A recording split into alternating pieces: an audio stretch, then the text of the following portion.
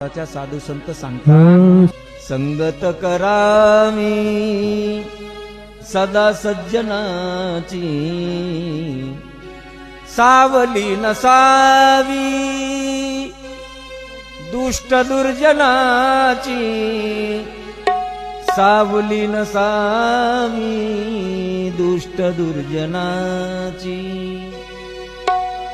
सावली नसावी दुष्ट दुर्जनाची, संगत करावी सदा सज्जनाची.